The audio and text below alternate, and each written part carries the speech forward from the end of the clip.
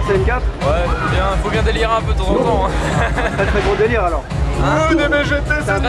Ouais, très gros délire. Très gros délire, c'est même un truc qui existe même pas. une maladie un peu.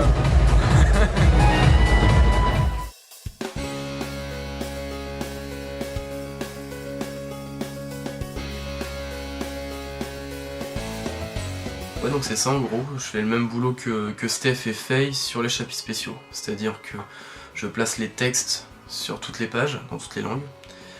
Et je fais tout ce qui est modification d'erreurs et mise en place des couleurs, enfin entre guillemets, parce que c'est le noir et le niveau de gris quand ça n'a pas été fait par le dessinateur. Comment j'ai découvert DBM? C'était simplement en naviguant sur les différents sites de Salagir, j'ai fini par tomber sur une des pubs qu'il avait fait pour Dragon Ball Multiverse. Donc je suis arrivé vraiment au tout début, quoi, parce que les pages en couleur venaient tout juste de se terminer. J'ai fait ensuite ma proposition à Salagir pour devenir coloriste, c'est-à-dire colorier l'intégralité de Dragon Ball Multiverse. Donc à la base c'était ok, mais moi j'ai eu un problème au niveau de mon PC, et Salagir, pour lui ça lui aurait fait vraiment énormément de boulot en plus, donc on a fini par complètement annuler le projet. C'est ensuite, après je dirais une bonne centaine de pages, que j'ai fini par faire la rencontre de Steph84 et de Lorik Solaris, qui m'ont tous les deux proposé en fait à Salagir, qui lui cherchait un deuxième assistant. Et donc voilà comment j'en suis arrivé à là où j'en suis maintenant. Donc mes autres tâches, c'est par exemple de modifier les pages où les traducteurs ont envoyé des modifications sur leurs différentes traductions. Donc ça, c'en est une première. Ensuite, j'en ai une autre, c'est de corriger toutes les grosses erreurs que Gogeta Junior ou que les dessinateurs des chapitres spéciaux ont pu faire sur les pages qui sont déjà sorties. Donc c'est des erreurs principalement que Gogeta Junior a pu faire et que Steph84 n'a pas forcément vu, quoi.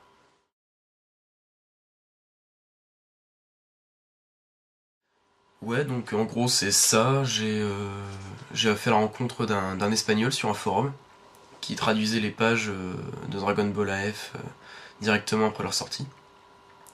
Donc à partir de ces traductions, je faisais les traductions françaises pour le site de Fanmanga. J'ai ensuite collaboré avec lui pour traduire Dragon Ball Zero, ce qui nous a permis de sortir les pages entre guillemets en exclusivité sur internet parce que personne ne les avait encore publiées.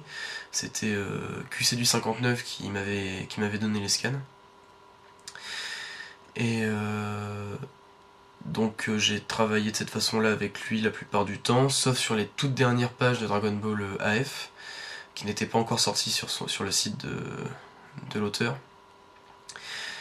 Et en fait je les ai trouvés sur un forum anglais, faut pas me demander lequel parce que je sais plus du tout. Et j'ai traduit à partir de l'anglais pour obtenir une version française correcte, parce que la qualité des pages qu'ils avaient était tout de même correcte. Une nouvelle version sera mise plus tard sur le site, une version HD entre guillemets, parce que j'ai des nouveaux scans qui sont de bien meilleure qualité. Donc voilà.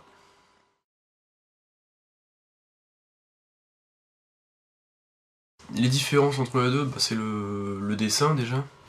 Dragon Ball AF qui s'appuie sur le dessin de Dragon Ball GT et DBM qui s'appuie sur le dessin de DBZ. Ensuite le scénario. Le scénario de Dragon Ball AF qui s'appuie sur celui de Dragon Ball GT, avec tout ce qui est déballage de puissance, scénario un peu farfelu. Moi personnellement je l'aime bien, il me dérange pas. Celui de Dragon Ball Multiverse, moi je l'aime bien aussi, mais c'est les gens qui n'arrivent pas à comprendre l'idée première de Dragon Ball Multiverse, qui était simplement de faire combattre des personnages entre eux.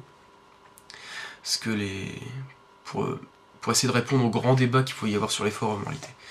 Donc l'histoire de base c'est ça, donc les gens qui essaient de se dire y a pas d'intrigue, il y a pas de... Ben non, à la base c'était ça, c'était fait que pour ça. Donc il y aura bien sûr une histoire à la suite, de ce grand tournoi, mais pour le moment il y a encore plusieurs, je dirais même énormément de pages qui sortiront avant de pouvoir voir ce prochain scénario.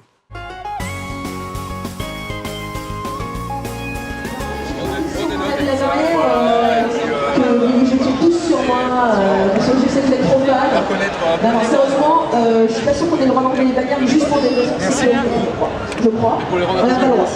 Voilà. Et puis en rouge, il m'a dit non.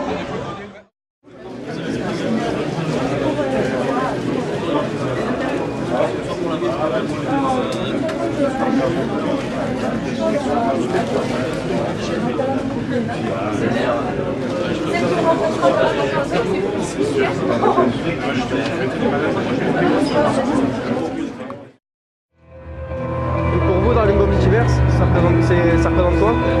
Pour moi, c'est la suite d'un très bon trait de DBZ, avec un très bon scénario, très bon dessin, et voilà, une très bonne suite. Je vous remercie.